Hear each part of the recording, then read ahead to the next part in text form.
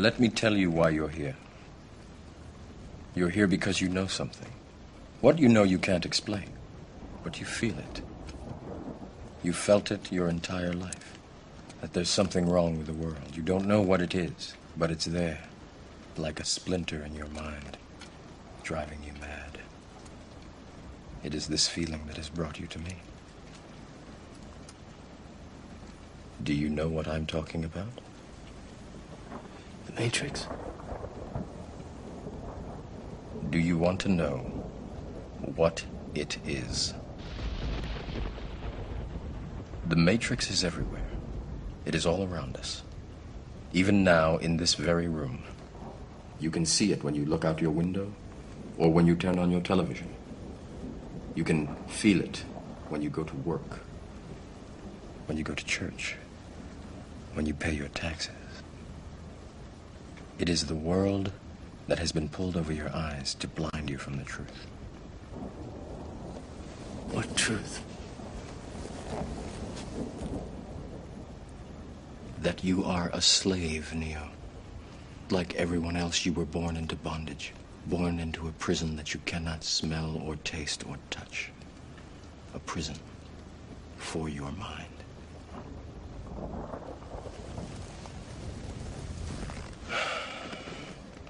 Unfortunately, no one can be told what the Matrix is.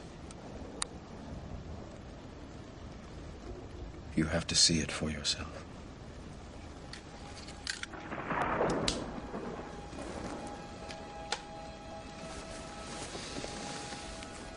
This is your last chance. After this, there is no turning back. You take the blue pill, the story ends. You wake up in your bed and believe whatever you want to believe. You take the red pill, you stay in Wonderland, and I show you how deep the rabbit hole goes.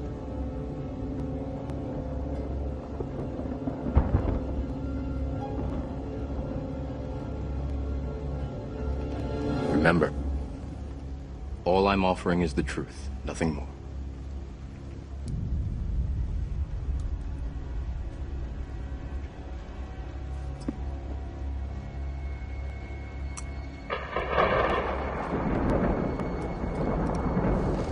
Follow me.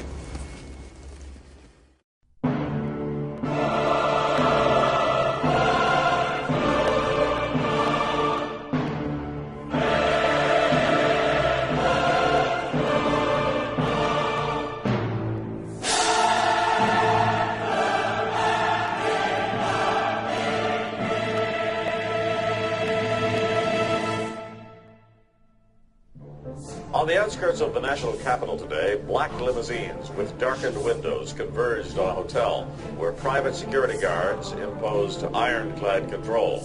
The limos carried royalty, political power brokers, and industrial titans to a secret meeting that will last all weekend. It's known as the Bilderberg Group. Could their objective be world domination?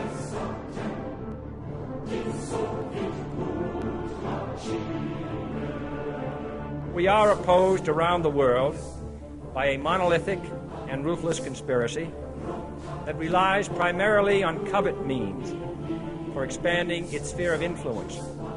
It is a system which has conscripted vast human and material resources into the building of a tightly knit, highly efficient machine that combines military, diplomatic, intelligence, economic, scientific, and political operations. Its preparations are concealed, not published. Its mistakes are buried, not headlined. Its dissenters are silenced, not praised.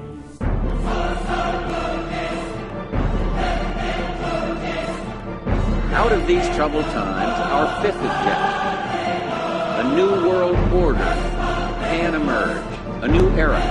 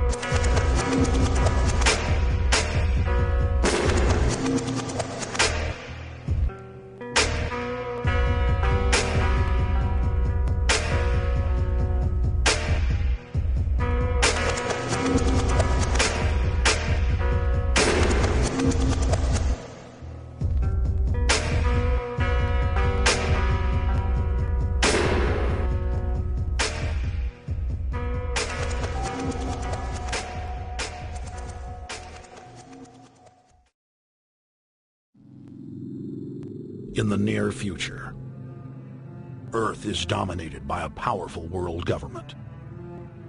Once free nations are slaves to the will of a tiny elite. The dawn of a new dark age is upon mankind. Countries are a thing of the past. Every form of independence is under attack, with the family and even the individual itself nearing extinction. Close to 80% of the Earth's population has been eliminated. The remnants of a once free humanity are forced to live within highly controlled, compact, prison-like cities. Travel is highly restricted. Superhighways connect the megacities and keep the population from entering into unauthorized zones. No human activity is private. AI supercomputers chronicle and categorize every action. A prison planet dominated by a ruthless gang of control freaks, whose power can never be challenged. This is the vision of the global elite, their goal. A program of total dehumanization, where the science of tyranny is law. A worldwide control grid, designed to ensure the overlord's monopoly of power forever. Our species will be condemned to this nightmare future unless the masses are awakened to the New World Order master plan and mobilized to defeat it.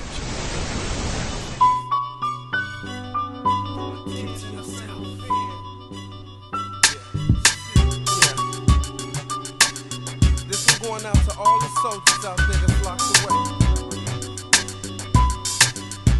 All the niggas that's out there away from their homeboys.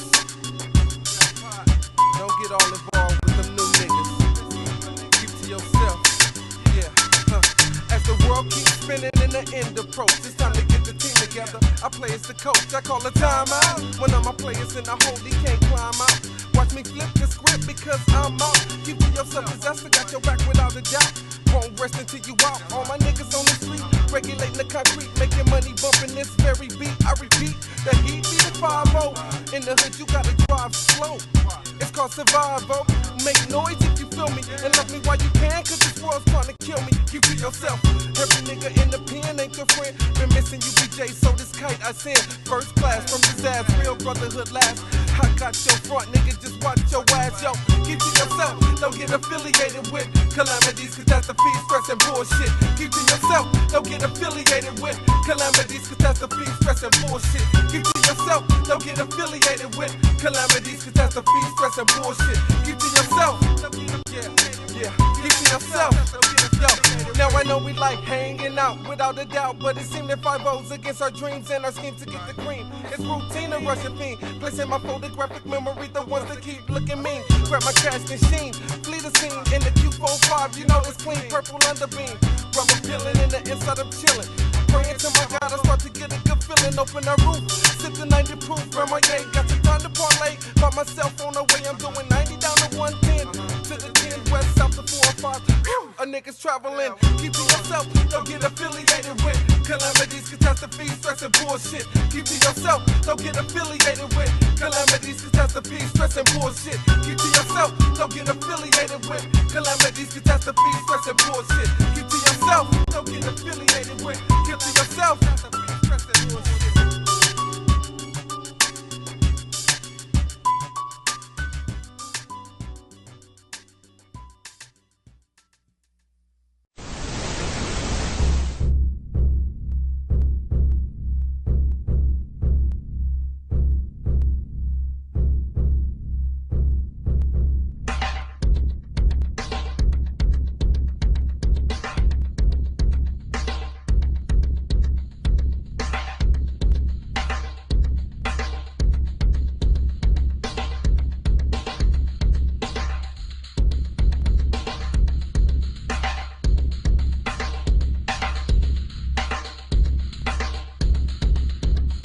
In 1775, the American Revolutionary War began as the American colonies sought to detach from England and its oppressive monarchy. Though many reasons are cited for the revolution, one in particular sticks out as the prime cause: that King George III of England outlawed the interest-free, independent currency the colonies were producing and using for themselves, in turn forcing them to borrow money from the Central Bank of England at interest, immediately putting the colonies into debt. And as Benjamin Franklin later wrote, the refusal of King George III to allow the colonies to operate an honest money system which freed the ordinary man from the clutches of the money manipulators was probably the prime cause of the Revolution. In 1783, America won its independence from England. However, its battle against the central bank concept and the corrupt, greed-filled men associated with it had just begun. So what is a central bank? A central bank is an institution that produces the currency of an entire nation. Based on historical precedent, two specific powers are inherent in central banking practice: the control of interest rates and the control of the money supply, or inflation. The central bank does not simply supply a government's economy with money, it loans it to them at interest. Then, through the use of increasing and decreasing the supply of money, the central bank regulates the value of the currency being issued. It is critical to understand that the entire structure of this system can only produce one thing in the long run: debt. It doesn't take a lot of ingenuity to figure this scam out. For every single dollar produced by the central bank is loaned at interest.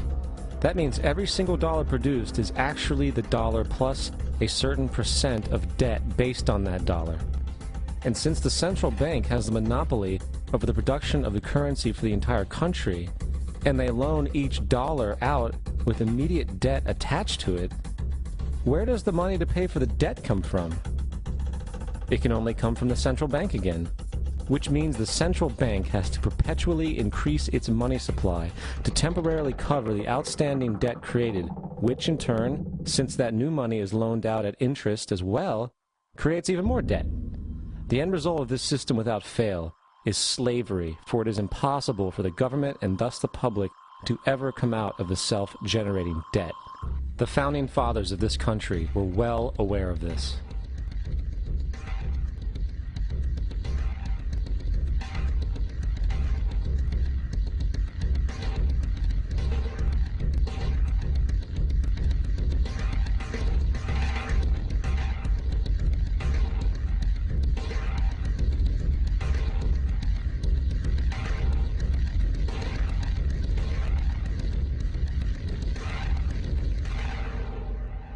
By the early 20th century, the U.S. had already implemented and removed a few central banking systems, which were swindled into place by ruthless banking interests. At this time, the dominant families in the banking and business world were the Rockefellers, the Morgans, the Warburgs, the Rothschilds. And in the early 1900s, they sought to push once again legislation to create another central bank. However, they knew the government and public were very weary of such an institution, so they needed to create an incident to affect public opinion. So, J.P. Morgan, publicly considered a financial luminary at the time, exploited his mass influence by publishing rumors that a prominent bank in New York was insolvent or bankrupt. Morgan knew this would cause mass hysteria, which would affect other banks as well. And it did. The public, in fear of losing their deposits, immediately began mass withdrawals. Consequently, the banks were forced to call in their loans, causing the recipients to sell their property, and thus a spiral of bankruptcies, repossessions, and turmoil emerged. Putting the pieces together a few years later, Frederick Allen of Life magazine wrote, "The Morgan interests took advantage to precipitate the panic, guiding it shrewdly as it progressed." Unaware of the fraud, the Panic of 1907 led to a congressional investigation headed by Senator Nelson Aldrich, who had intimate ties to the banking cartels and later became part of the Rockefeller family through marriage. The commission, led by Aldrich, recommended a central bank should be implemented so a panic like 1907 could never happen again. This was the spark the international bankers needed to initiate their plan. In 1910, a secret meeting was held at a J.P. Morgan estate on Jekyll Island off the coast of Georgia. It was there that the central banking bill called the Federal Reserve Act was written. This legislation was written by bankers, not lawmakers. This meeting was so secretive, so concealed from government and public knowledge that the 10 or so figures who attended disguised their names when en route to the island. After this bill was constructed, it was then handed over to their political frontman, Senator Nelson Aldrich, to push through Congress. And in 1913, with heavy political sponsorship by the bankers, Woodrow Wilson became president, having already agreed to sign the Federal Reserve Act in exchange for campaign support. And 2 days before Christmas, when most of Congress was at home with their families, the Federal Reserve Act was voted in, and Wilson in turn made it law. Years later, Woodrow Wilson wrote, in regret,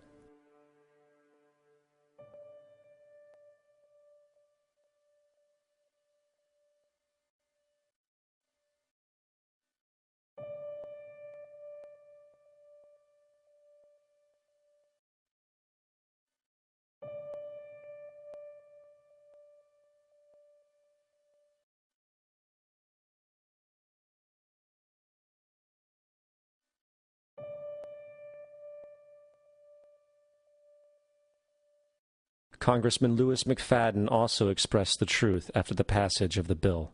A world banking system was being set up here, a superstate controlled by international bankers, acting together to enslave the world for their own pleasure. The Fed has usurped the government.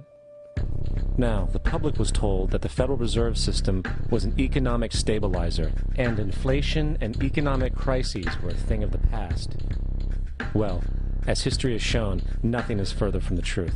The fact is, the international bankers now had a streamlined machine to expand their personal ambitions. It's alive! It's alive! It's alive! For example, from 1914 to 1919, the Fed increased the money supply by nearly 100%, resulting in extensive loans to small banks and the public.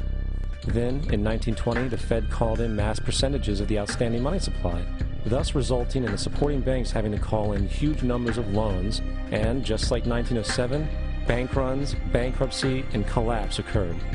Over 5,400 competitive banks outside of the Federal Reserve System collapsed, further consolidating the monopoly of a small group of international bankers. Privy to this crime, Congressman Lindbergh stepped up and said in 1921, "Under the Federal Reserve Act, panics are scientifically created. The present panic is the first scientifically created one, worked out as we figure a mathematical equation." However, the panic of 1920 was just a warm-up. From 1921 to 1929, the Fed again increased the money supply, resulting once again in extensive loans to the public and banks.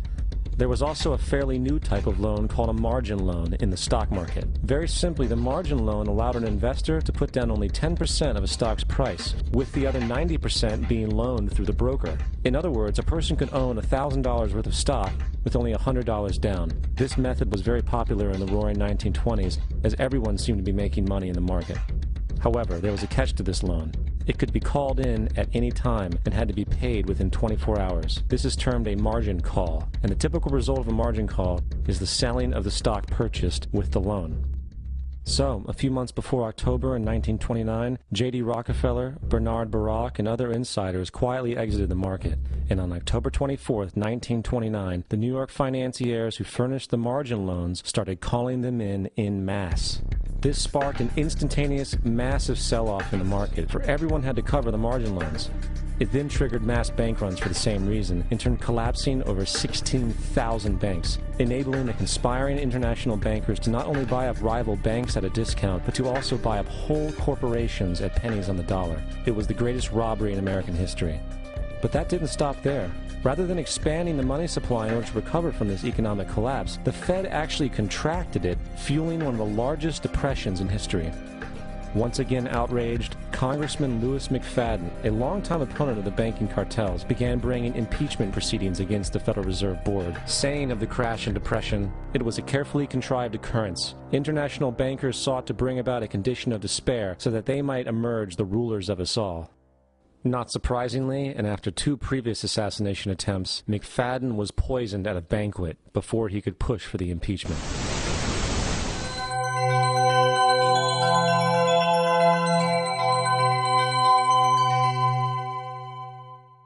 64th Street Productions, mashing. Lot of niggas steady crashing and cashing. Ha ha. What? They been hating on us again? Didn't they know Niggas like us keep it hot. I'm a walking action flick, a time bomb at his last tick. My lifestyle drastic, step aside from the weed addict that delivers both calves like a psychopathic. My life one big porno horror comedy, romantic, dramatic. But the paper chase, I'm at it. The green cash, I gotta have it. Stack it in the safe and put it away. Act broke again to get more. Fuck being broke, leave it po. Keep the game on the down low. The bin is full of dirty, rotten scandals. Putting the whole game on lock, throw away the handle. I'm hotter than a lit tip of a candle. Spraying enemies' territories like Rambo. Drawing first blood, putting fear to the world like the very first slug. I come with shit you never heard of. I put shit on the hood instead of saying word up. Keep it burning hot, burning hot, burning hot. Niggas like us keep it burning hot. Straight burning up the block, straight burning up the spot. Niggas like us keep it burning hot, burning hot, burning hot. Niggas like us keep it burning hot. Straight burning up the block, straight burning up the spot. Niggas like us keep it burning hot, burning hot, burning hot. Niggas like us keep it burning hot. Straight burning up the block, straight burning up the spot. I toss poison darts, aim it at your heart. The niggas like an ocean full of killer whales and sharks.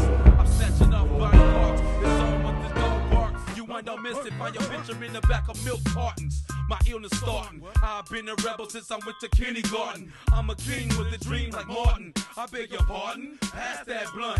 That's that skunk. I smoke all roaches up, even though I got pounds in the trunk, thousands in the trunk. Jackpot, Dion, popping with the funk. Pockets fatter than Professor Clump. Gotta get what I need, gotta get what I want. And right now, I want the chunk, I want the cut, I want the blunt. I'm a bloodhound on a hunt for thousands of months.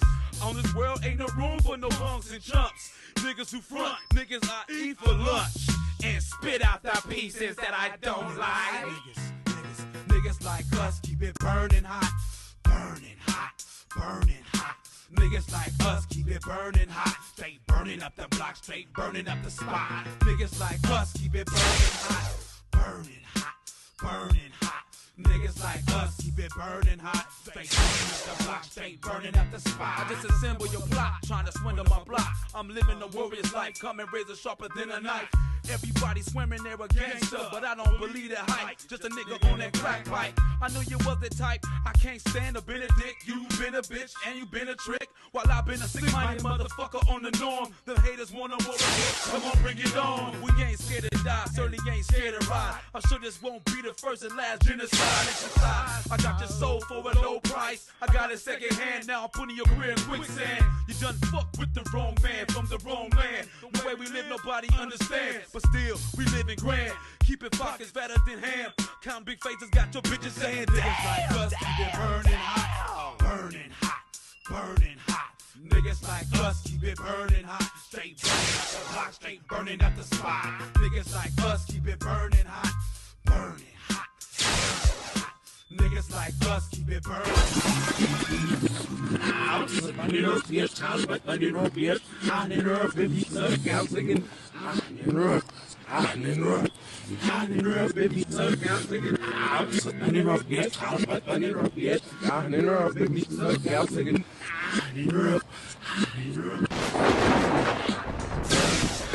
Niggas like us keep it burning hot, straight up the block, straight burning up the spot.